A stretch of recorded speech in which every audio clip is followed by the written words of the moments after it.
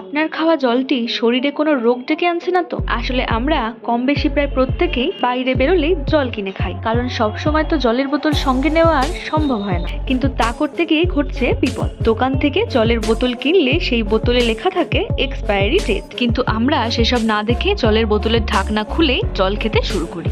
কারণ জল কখনো আবার নষ্ট হয় নাকি। আবার অনেকে তো এই বোতলগুলি বাড়িতে জমিয়ে জল খাওয়ার জন্য ব্যবহার করতে থাকেন মাসের পর মাস। আসলে জলের প্লাস্টিকের বোতলগুলি 10 থেকে 15 দিনের বেশি পুরনো মেয়াদি হলেই বিশেষজ্ঞদের মতে তাতে খাওয়া উচিত নয়। প্লাস্টিকের বোতল থেকে রাসায়নিক পরিবর্তনের ফলে বোতলে থাকা জলও নষ্ট হতে শুরু করে। তাছাড়া এই প্লাস্টিকের বোতল বানাতে বাইফিনাইল এ নামক এক ধরনের উপাদান ব্যবহার করা হয়, ফলে তা আমাদের শরীরে গেলে সেখান থেকেই হার্টের সমস্যা, ব্রেস্ট ক্যান্সার ও বন্ধ্যাত্বের মতো অনেক রোগ বাসা বাঁধতে পারে শরীরে। তাই আজ থেকে এই ধরনের প্লাস্টিকের বোতল কেনার সময় তার এক্সপায়ারি ডেট দেখে তবেই নেবেন, আর তার পুনর্ব্যবহার তো একদমই নয়।